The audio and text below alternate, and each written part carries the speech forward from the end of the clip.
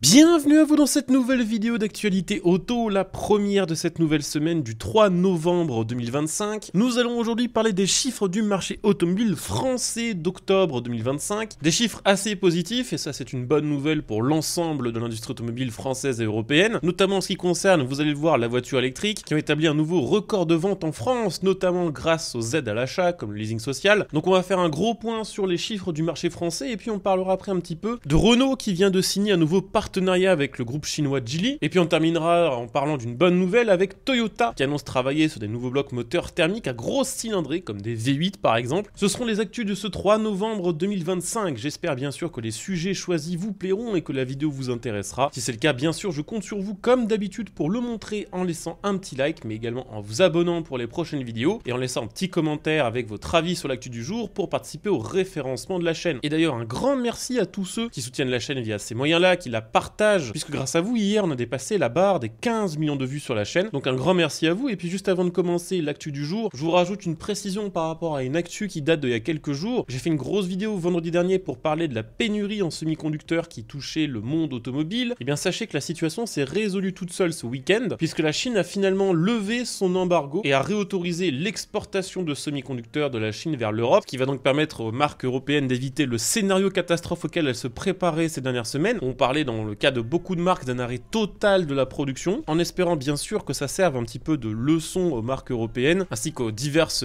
institutions de la Commission européenne, qui on peut l'espérer dans les prochains mois feront tout ce qu'elles peuvent pour s'assurer une totale indépendance vis-à-vis de ces fameux semi-conducteurs et des pièces produites par la Chine de manière générale. Parce que là concrètement, si la Chine décide de remettre sous embargo ces pièces, ou de mettre un embargo par exemple sur les batteries de voitures électriques, notre industrie automobile ne serait tout simplement pas capable de tenir le choc et devrait arrêter leur production pour une durée indéterminée.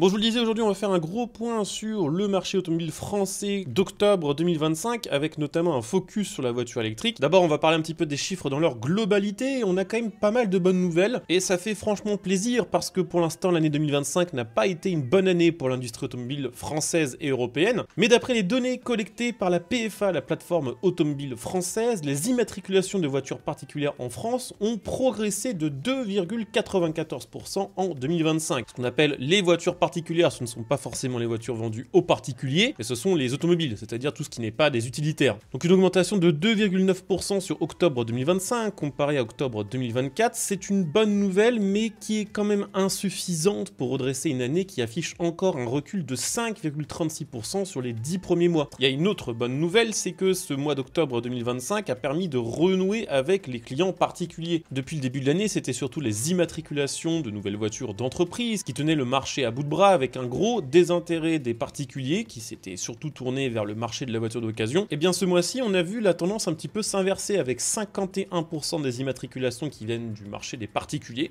des clients comme vous et moi qui achètent des voitures, avec une progression de 6%, tandis que les flottes d'entreprises, elles, ont reculé de 6%. Sur les 10 premiers mois de l'année 2025, le groupe Stellantis a subi une baisse de 8,3% du nombre de voitures immatriculées comparé à la même période de 2024. Ça va un petit peu mieux, puisqu'en septembre, sur les 9 premiers mois de l'année, on était à moins 8,5%, donc c'est une petite remontée. Du côté de chez Renault, nous sommes passés de moins 2% à plus 2,5%. Une sacrée progression. Il y a un groupe qui, par contre, lui, est en train de continuer de dégringoler, c'est le groupe Toyota, qui est passé de moins 8% depuis le début de l'année en septembre à moins 13,6% sur octobre.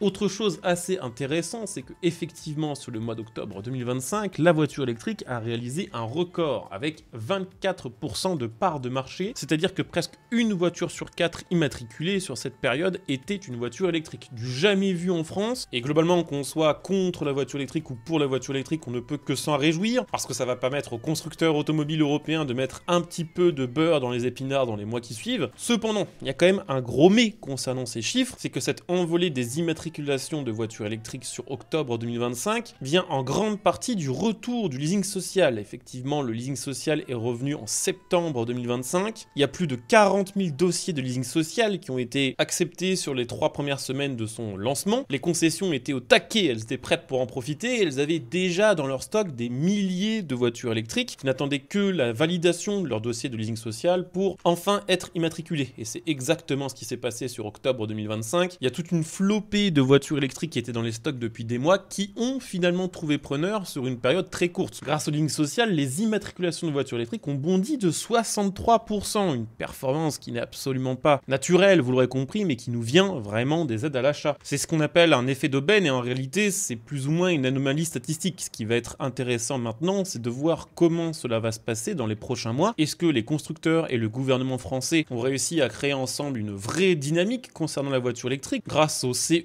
et au leasing social, ou est-ce qu'on va voir dans les mois qui suivent la part de marché des voitures électriques retomber en France? C'est ce qu'on verra. Il y a une voiture qui a particulièrement profité de ce dispositif du leasing social, c'est la Renault 5 électrique. On en parle régulièrement de cette voiture dans ce genre de vidéo parce que tous les mois, c'est la voiture française électrique la plus vendue depuis le début de l'année. Habituellement, ces derniers mois, il s'en écoulait entre 1500 et 1800 par mois. Grâce au leasing social, il s'en est écoulé 4500, c'est-à-dire qu'elle a triplé ses ventes grâce à cette aide. Donc voilà, c'est là qu'est toute la question. Est-ce que ça va continuer? Il reste encore 9000 dossiers qui devraient être acceptés avec le leasing social. Donc on peut probablement s'attendre à une part de marché de voitures électriques située aux alentours des 20 à 22% dans les prochains mois. Et seulement là, on pourra confirmer ou pas l'envolée de la voiture électrique.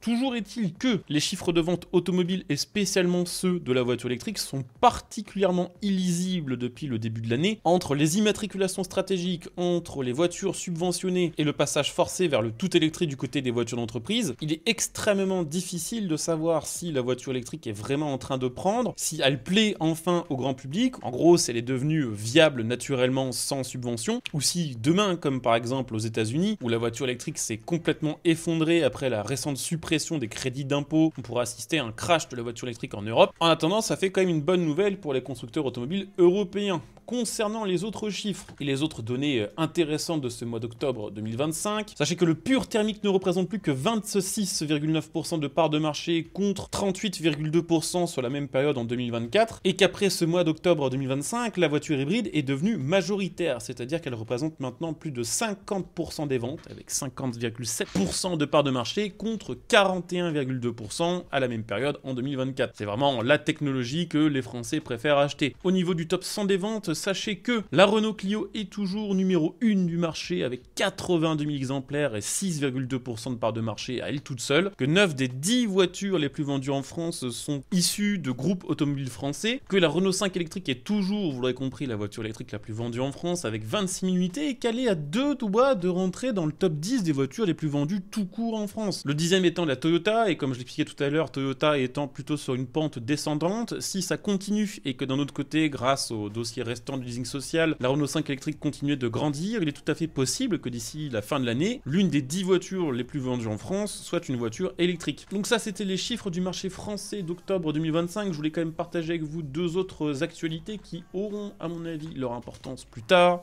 Renault vient de signer une nouvelle alliance avec le groupe chinois Geely. Les deux marques travaillaient déjà ensemble sur la co-entreprise Horse qui leur permet de créer des moteurs thermiques et hybrides. Ce coup-ci, ce nouveau partenariat se centre sur le marché sud-américain de Renault, puisqu'effectivement c'est assez méconnu, mais Renault au Brésil se vend très bien. On ne sait pas combien cette opération a rapporté à Renault. Ce que l'on sait, c'est que grâce à cet accord, le groupe chinois Geely pourra utiliser les moyens de production de Renault au Brésil, donc en gros ses usines, pour produire des voitures du groupe chinois Geely qui seront ensuite vendues au Brésil. Pour Renault, c'est un moyen de rentabiliser rapidement ses sites de production, et pour le groupe chinois Geely, c'est un moyen peu onéreux de s'implanter au Brésil, qui est, on le rappelle, le marché automobile le plus gros d'Amérique latine. On verra dans quelques mois si à cause de ce partenariat, Renault n'a pas fait entrer le cheval de Troie chinois au Brésil. Ce qui est assez intéressant, c'est que le nouveau directeur de Renault, François Provost, explique qu'il est tout à fait possible que Renault multiplie les partenariats avec d'autres groupes chinois sur d'autres zones géographiques dans les prochains mois. Pour l'instant, on ne parle pas encore de l'Europe, mais qui sait ce qu'il peut arriver. Si ces accords sont rentables pour Renault dans un premier temps, peut-être qu'elle sera tentée de devenir un point d'accès pour les marques chinoises en Europe. C'est ce que nous verrons dans les prochains mois. Et puis, je voulais terminer sur une actu un peu cool quand même, avec le groupe Toyota, qui annonce enfin officiellement travailler sur un tout nouveau moteur V8 biturbo, un bloc hybridé dédié aux voitures de haute performance et qui ne sera pas rechargeable. Et ça, c'est quand même une de ses particularités, parce que c'est vrai que la plupart des marques allemandes qui font du V8 hybridé, c'est de l'hybridé rechargeable. Ici, on parle d'un V8 4 litres de cylindrée biturbo qui était pensé pour la prochaine sportive de chez Toyota GR. Va falloir encore attendre un petit peu pour en savoir plus sur ce moteur, sur sa puissance et autres. N'empêche que le développement de ce moteur par Toyota, c'est quand même un message assez clair qui a envoyé à la communauté automobile. La performance thermique, mécanique a encore sa place dans un monde où on ne parle plus que de voitures électriques ou de voitures à petite cylindrée. C'était les actus de cette première vidéo de la semaine, j'espère bien sûr qu'elle vous aura intéressé. Si c'est le cas, je compte sur vous bien sûr pour le montrer en laissant un like, en vous abonnant, en commentant, mais aussi en devenant des soutiens via le bouton rejoindre sous cette vidéo. Merci à ceux qui jetteront un petit coup d'œil, et puis écoutez, à demain pour la prochaine, hein. Ciao.